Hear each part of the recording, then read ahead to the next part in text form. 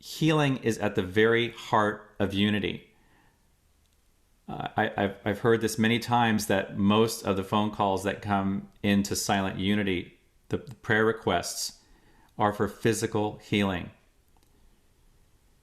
And I was thinking that unity might not even exist if it weren't for the quest of Charles and Myrtle Fillmore in their personal quest for physical healing, and the subsequent thousands who flocked to them to get prayer and to get advice about healing. Myrtle Fillmore, in fact, was considered a healer, but she would say it's not she that's doing the healing. It's you that's doing the healing. It's the one that's being healed doing the healing through the Christ consciousness in them, through the God moving within them. Myrtle Fillmore was a mystic, and she found her own healing way by talking to her body and by directing her consciousness. She was very sick since she was a small child, with tuberculosis and with other ailments. And at a certain point in her life, she was given 6 months to live. So in desperation, she sought help wherever she could. And one of those places that she sought help was by attending a lecture by E.B. Weeks, who was a New Thought metaphysician in that day. And she came away with one message from his talk, and that was, I am a child of God, and therefore I do not inherit sickness. And with this inspiration, she had an epiphany. She went home and she developed a healing method that she wrote about in one of the most popular articles in Unity magazine. And she wrote, intelligence as well as life is needed to make a body. And here is the key to my discovery. Life has to be guided by intelligence in making all forms. Life is simply a form of energy and has to be guided and directed in our body by our intelligence. And how do we communicate intelligence? By thinking and talking, of course. And so then I went to all the life centers in my body and spoke words of truth to them, words of strength and power. And I asked their forgiveness for the foolish, ignorant course that I had pursued in the past, when I had condemned them and called them weak, inefficient, and diseased. So after working on her own healing method, talking to herself, right? Talking silently to her body, she was healed, but it didn't happen overnight.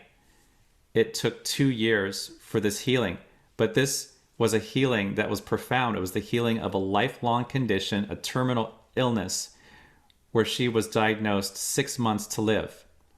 So it was amazing. And as I mentioned, people began to flock to her. People began to write her.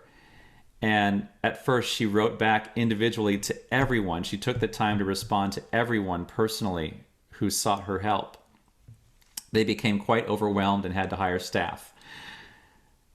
Charles Fillmore found his healing in a different way. Now, for those of you who don't know, Charles Fillmore, when he was a young child, broke his leg and dislocated his hip bone in a skating accident. And his leg, at that point, it stunted the growth of his leg. So his leg was always, one was shorter than the other. It was always coming in and out of states of infection. He was basically crippled. He needed crutches for a while, and then he moved on to a cane. But he was in great pain, and he sought healing as well, but he found it in a different way. He didn't have the epiphany that Myrtle had, but he began to meditate. And in those days, they didn't even call it meditation. They just called it going into the silence. Every single day he meditated, but nothing was happening. What started to happen was his dreams started to change. And in his dreams, he got a message to do this, to pray and repeat every day what he called truth statements and what we call today affirmative prayer, until he was healed. And gradually his pain went away and he no longer needed the cane. And according to his writings, his leg started to get some of the growth back and actually lengthen. So that's one of the reasons why he didn't need to walk with a cane anymore. So it was quite incredible over those years, the healing that they found. But despite all this, Myrtle, Fillmore, and Charles did not prescribe one way to heal. Neither did Ernest Holmes. They didn't prescribe a dogma or a sacred text. And even the 5 principles of unity came about after the time of Myrtle and Charles. But the message overall stands out clearly that we are divine creatures, and with that divinity comes the healing power through directing our thoughts and words. In short, through directing our consciousness. So, continuing on this idea of the power of directing our consciousness, here we are 130 years later. A cell biologist by the name of Bruce Lipton, who will be coming here on June 10th, wrote a book called The Biology of Belief. And in this book, he says that the old science says that our genes are totally controlling the outcome of our lives. That's something called genetic determinism, the physical outcome of our lives, and even the emotional and psychological outcome of our lives. And that we're essentially victims to our genes, to our heredity. But in the new field that he talks about called behavioral epigenetics, and that is a real field. He didn't just make it up. It's a legitimate field, scientific field. In this new thinking, this new paradigm, genes do not have to control your life. Our heredity does not have to control the outcome of everything. And I invite you to go on Wikipedia and look at how this is being used in psychology. It's being used in a lot of fields today. It's a new, exciting way of thinking. And our thoughts and our consciousness then shape our genetic expression. Consciousness is the driver, and what we think matters. What we think is consequential. I watched a video of Bruce Lipton's this week, and he shared the inspiring story of someone named Anita Moorjani, who wrote a book called Dying to Be Me. In 2006, after a 4-year battle with cancer, Anita Moorjani's doctors informed her and her family that it was too late to save her life. Her lymphoma had spread throughout her body and it had metastasized. She got sicker. Her body started to digest itself. As she began to atrophy. And she went into a coma for 30 hours. During that coma, she had a near-death experience. And she woke up after 30 hours after having received a message from her father who said, "You have to return and live life fearlessly. You have to return." So after she gained consciousness, she swore to live life fearlessly. And very quickly, while she was still in the hospital, her tumors shrank by 70% within the first 4 days. And within 5 weeks, she was cancer-free and released from the hospital, where she went into rehabilitation to learn how to walk again and to get full use of her limbs. She proved her doctors wrong. So the message there again is we don't have to be victims of our heredity. We don't have to go through this predetermined fate led by our genes. Our genes are influenced by the environment. The environment of what? The environment of our consciousness. And that makes the gene expression happen entirely differently than it would in a different environment, okay? So that changing of our minds changes the gene expression. And I'm sure Bruce Lipton will amplify on this when he talks. Bruce Lipton and others say that we are the masters or that we can be the masters of our genetics. We are only the victims if our belief system says we are. So this week, as I was preparing for this talk, it also reminded me of an interesting way to think about healing and the mind by another scientist, author named Joe Dispenza. Some of you may have heard of him. He talks about a feedback loop where the mind is reacting to the body and the body is reacting to the mind. So think about this. You may feel bad physically one morning. Your brain picks up on that and gets bummed out. You're bummed out because you're feeling bad physically, and your brain is saying, oh my gosh, I'm sick, things suck, it's terrible. And then your mind forms the chemistry in your body. It releases neurotransmitters that bum you out more. And your body follows that cue through its biochemistry, and your body feels worse. And then your brain says, oh my God, I'm feeling really bad. And so it's this vicious cycle where your brain is taking a cue from your body, and your body is taking a cue for your brain. And if it's a negative cue that your mind is giving, it just keeps on spiraling down. So Joe Dispenza's conclusion is the brain can be the master. The brain can be used to uncondition or recondition the body. And you can recondition the stuff that's going on in your brain. We often talk about the tape recordings in our brain that are the habitual things that just the habits of negative thinking that are there, okay? So practice and repetition is one way of reconditioning this loop. There are other ways of reconditioning this loop. One of those is, instead of thinking negative thoughts, play a video from Esther Hicks about the vortex. Come to church like you are right now. Listen to music that makes you feel good. Turn on something else besides the news if the news makes you feel bad. Meditate. Vision. Do whatever uplifts you, right? Knitting, walking, talking to friends. Find those things that lift your spirit, and do those things sometimes when you don't feel like it. For me, sometimes it takes energy for me to step up to the plate, step up to the table, because when I feel down, sometimes I just don't feel like doing those things that uplift me. And then I kind of force myself, okay, I'm going to do this, and I feel so much better. It can be just renting a comedy. They say that laughter is a healing vibration.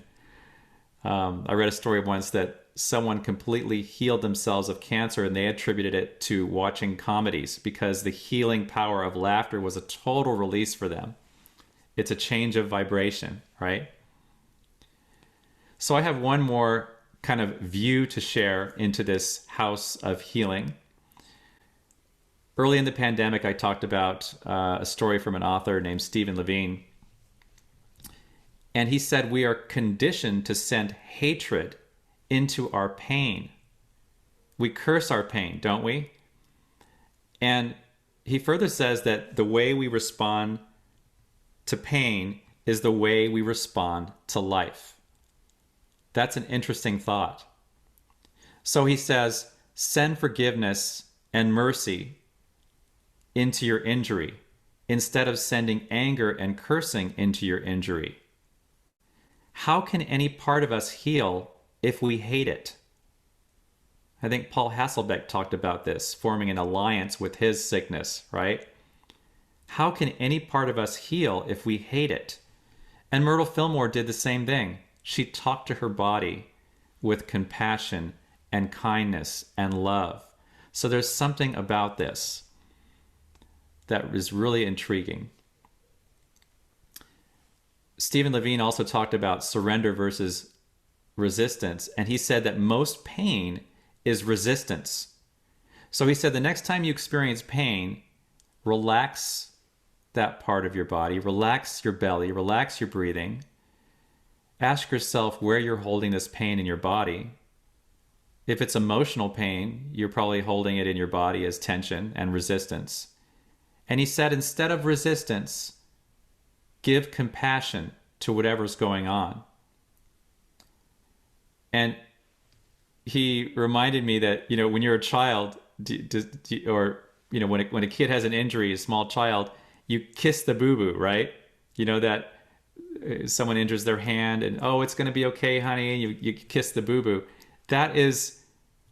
It's so instinctual, and I'm not sure if it's cross-cultural or not, but it's so wonderful to think about giving love to this injury and teaching the child not to hate that part that just got injured.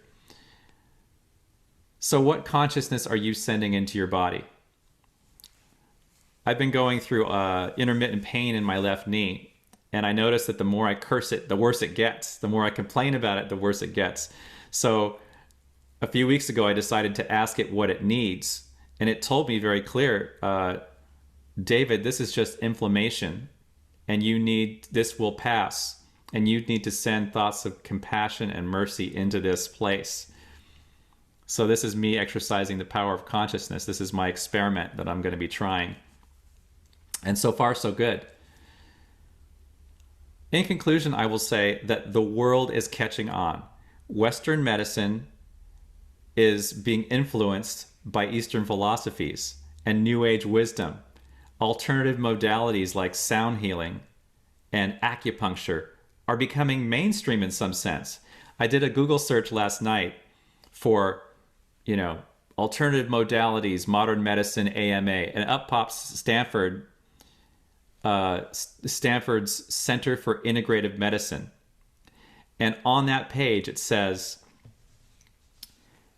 integrative medicine combines the best of mental practices, such as meditation and hypnosis, with nutritional, acupuncture, and lifestyle treatments, plus mainstream modern medicine and psychotherapy to provide care for the whole person, for the mind and body. And that's very progressive thinking. And so they have an acupuncturist, I'm sure several, on staff. And they're putting that front and center in their integrative medicine section. And Kaiser Permanente thinks this way. I've done dozens of drum circles, led meditations, and sound healings for not only patients, but also staff and doctors. So the world is catching on to these ideas of consciousness, directing our healing conscious energy in a mindful way. And it's one of the reasons why we meditate at every service. It has benefits at every level. So many benefits. And did you know that Charles and Myrtle, when they had their meetings, they didn't call them church services to start out with because they weren't. They were kind of lectures. But they would have music, and then they would have what they called a moment of silence, an extended period of silence, because they didn't have a word for meditation then, apparently. So this tradition carries on, doesn't it? We're still doing that meditation. They say that that's a key to healing. So I conclude this talk by saying consciousness is the greatest healing tool we have. Consciousness is the greatest healing tool we have. And there are many ways to use it, and each one of us has to find the modality that works for us. Charles and Myrtle said they told their students, you've got to do what works for you. You've got to try out the things that work for you. Each of Charles and Myrtle and Ernest Holmes, they tried out different methods and they found different answers that worked for them. So I'm very supportive of never saying this is the way, but sharing a number of ways that could be a way for you to try on. So I'm grateful, so grateful for this awareness. I'm so grateful for this healing community that we're in. Thank you, and so it is. Let's just bring ourselves to a place of inner silence.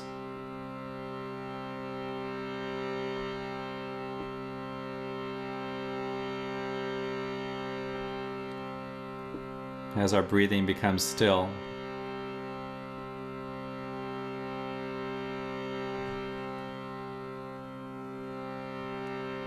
Let's picture ourselves traversing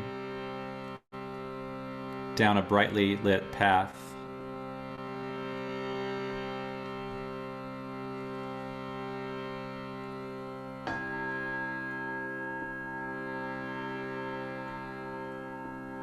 As we head towards a sanctuary of our choosing,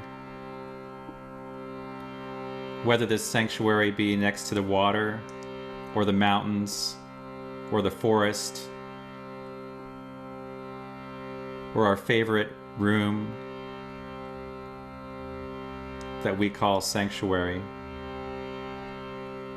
Let's imagine ourselves seated there,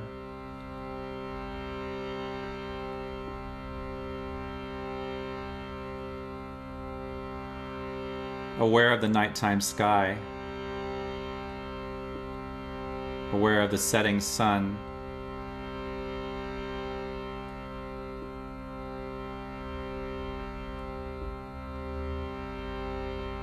and in front of us we can see the flicker of candles.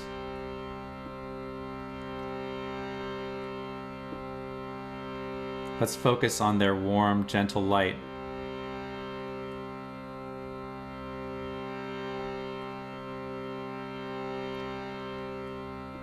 And as we take a breath, we are aware that this light is peaceful.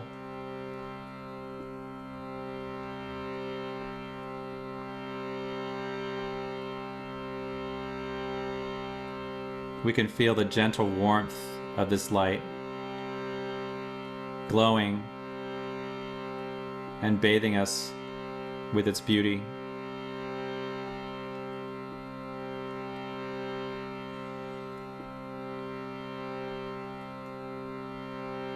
As we breathe, we become aware of the place in the middle of our abdomen called the solar plexus, the third chakra. And we take in the yellow brilliance of this candlelight and the sunlight into this area, feeling it radiate and warm our being.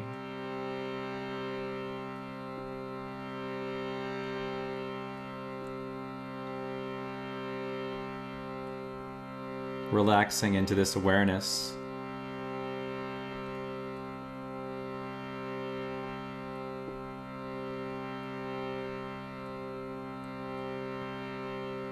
This is our power center.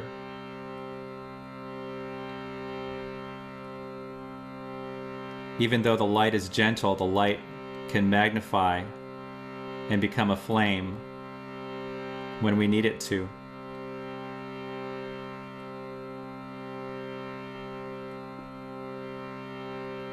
This is the place that we talk with power from. This is the place that we move through our world from our power place.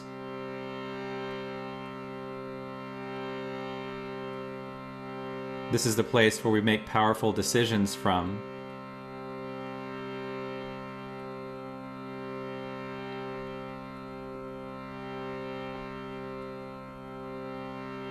A place of healing power.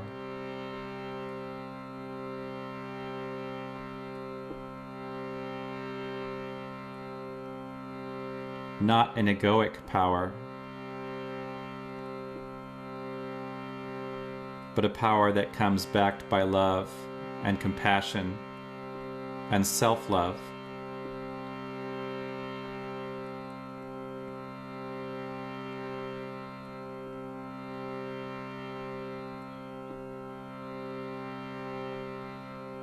So let's breathe into the stillness of this space.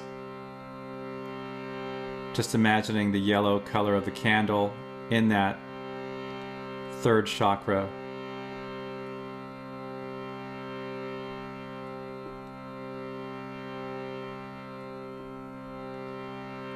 Letting the sound of the vibration make the yellow light just radiate and expand this place of power within us.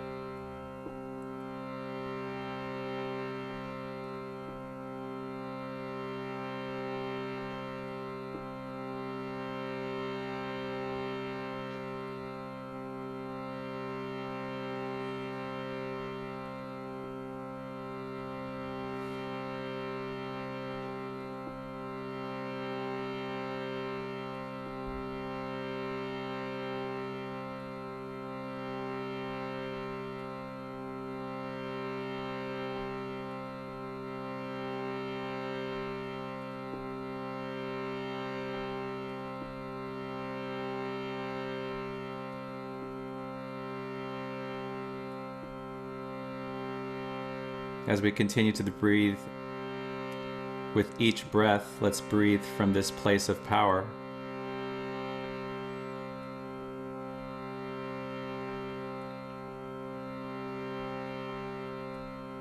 And now let's let this light move up into our heart center.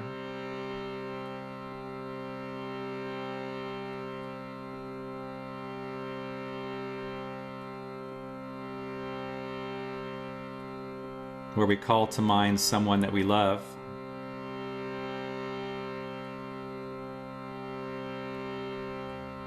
And we call to mind someone who loves us.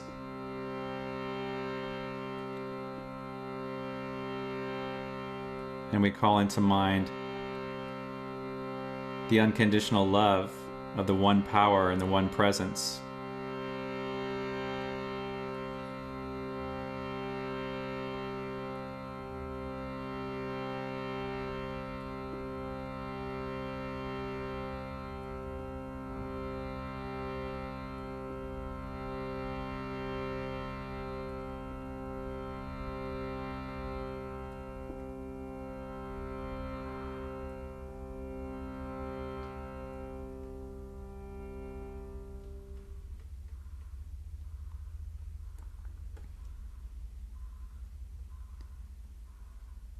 Let's gently bring ourselves back into this space,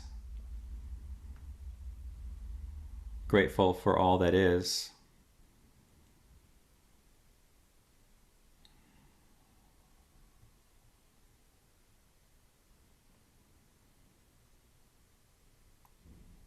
And so it is.